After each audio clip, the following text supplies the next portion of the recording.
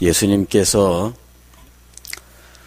지상에서 모든 사역을 마치시고 하늘로 승천하실 때 지상에 남겨진 사람들은 120명 정도 되었습니다.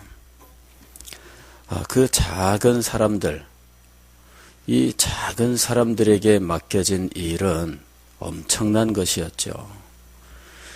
한 120명 정도 되는 이 인원에게 온 예루살렘과 온 유대와 사마리아와 땅끝까지 이르러 이렇게 말씀을 하신 거예요. 부활하신 후에 제자들을 만나신 예수님께서 너희는 모든 민족에게 가서 그들을 제자를 삼아 이렇게 말씀하셨어요. 그러니까 120명밖에 안 되는 사람에게 온 세계 모든 만민들을 향하여 가라 하고 말씀을 하셨습니다. 그런데 120명 숫자도 숫자려니와 한 사람 한 사람 따져보면 그 정도의 인물들일 수가 없었습니다.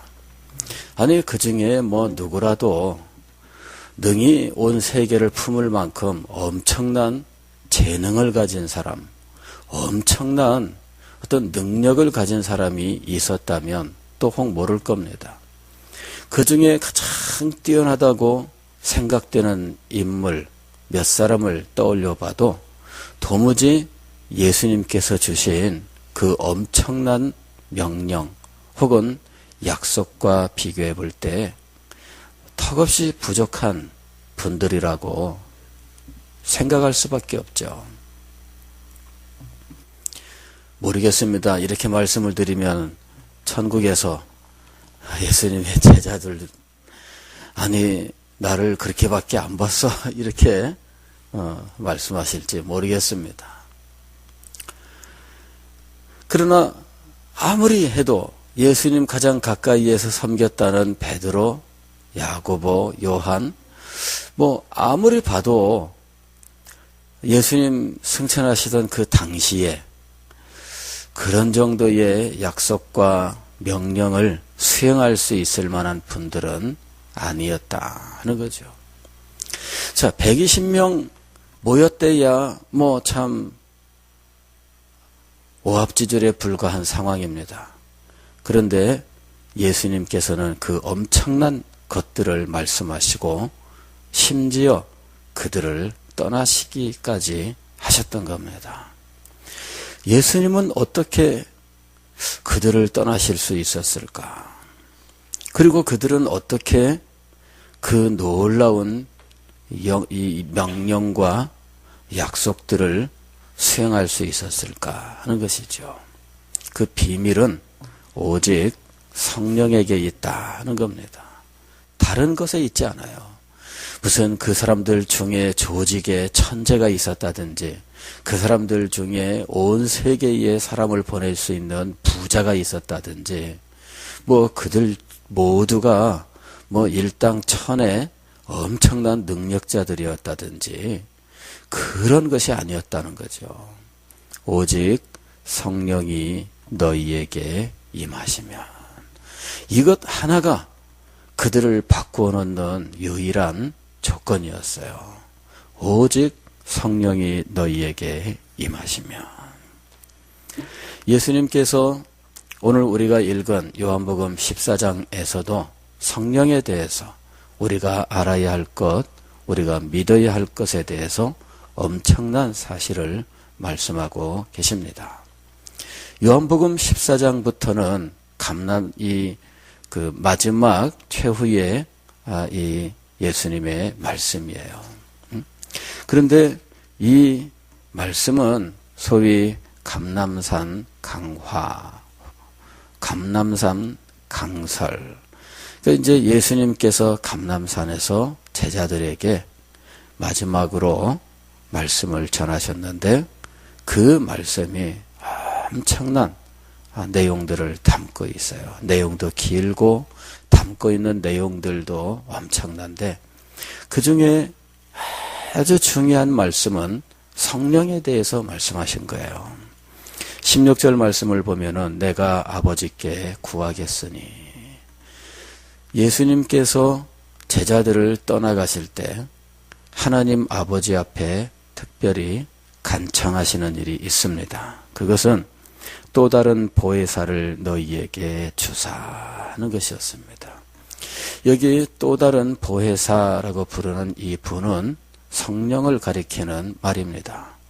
예수 그리스도 자신이 보혜사로서 이 땅에 오셨는데 이제는 예수님이 아닌 또 다른 보혜사를 너희에게 주시기를 간구하겠다라는 말씀이에요.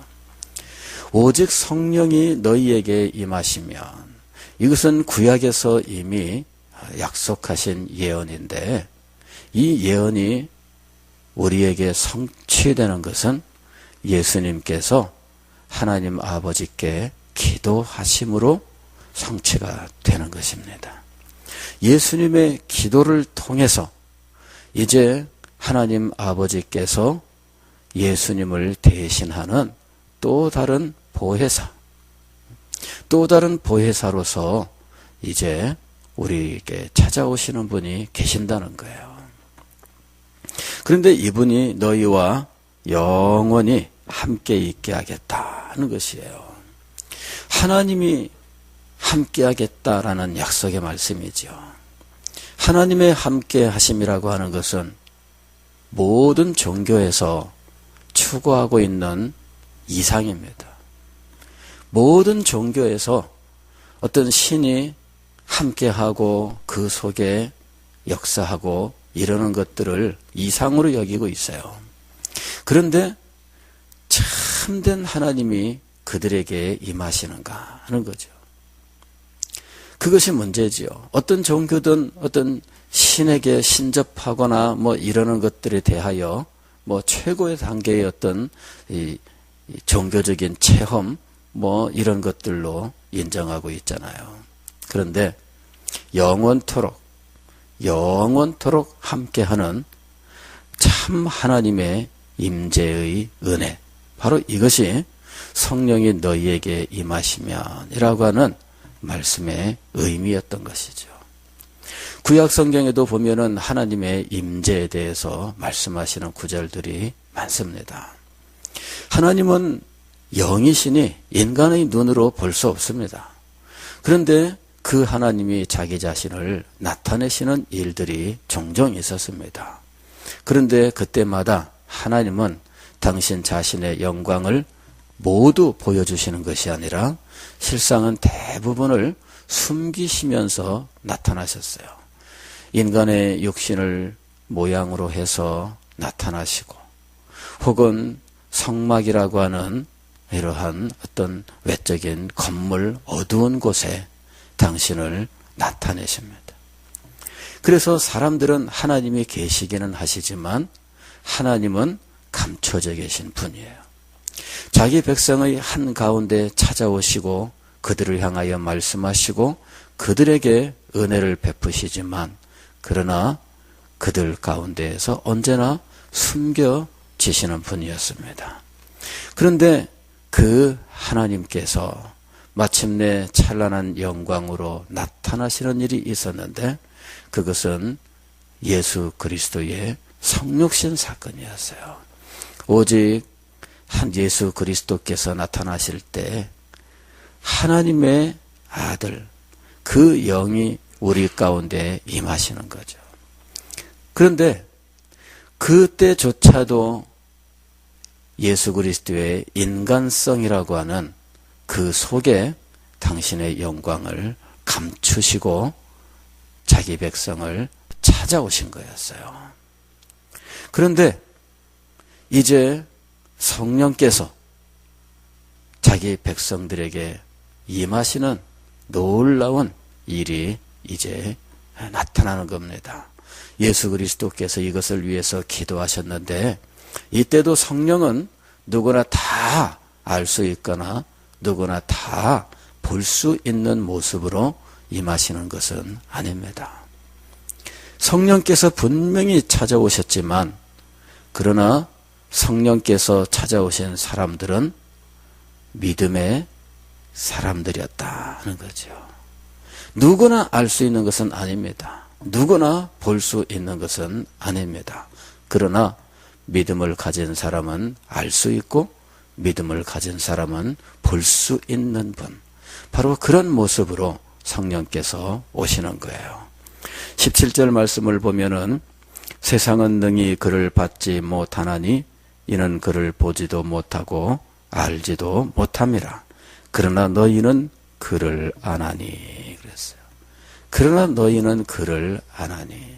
즉 믿는 자에게는 당신을 나타내시는데 육신 속에 감추시거나 장막 속에 감추시거나 어둠 가운데 나타내시는 것이 아니라 우리의 영에 당신을 나타내시는 그런 이 믿음으로만 알 수 있는 모습으로 나타나시는 거예요. 하나님이 자기 백성과 함께 하시는 것은 성경의 큰 주제입니다. 성경에서 대주제, 가장 큰 주제를 찾으라면 하나님이 자기 백성과 함께 하신다는 거예요. 이 하나님이 자기 백성과 함께 하시는 것이 최후의 영광이에요. 그런데 그 최후의 영광 바로 전에 지상에서 믿는 자들 속에 당신을 나타내시고 함께 하시는 일이 있습니다. 그것을 우리가 아느냐 하는 거죠. 오늘 말씀은 뭐라고 되어 있어요? 너희는 그를 아나니 그랬습니다. 너희는 그를 아나니.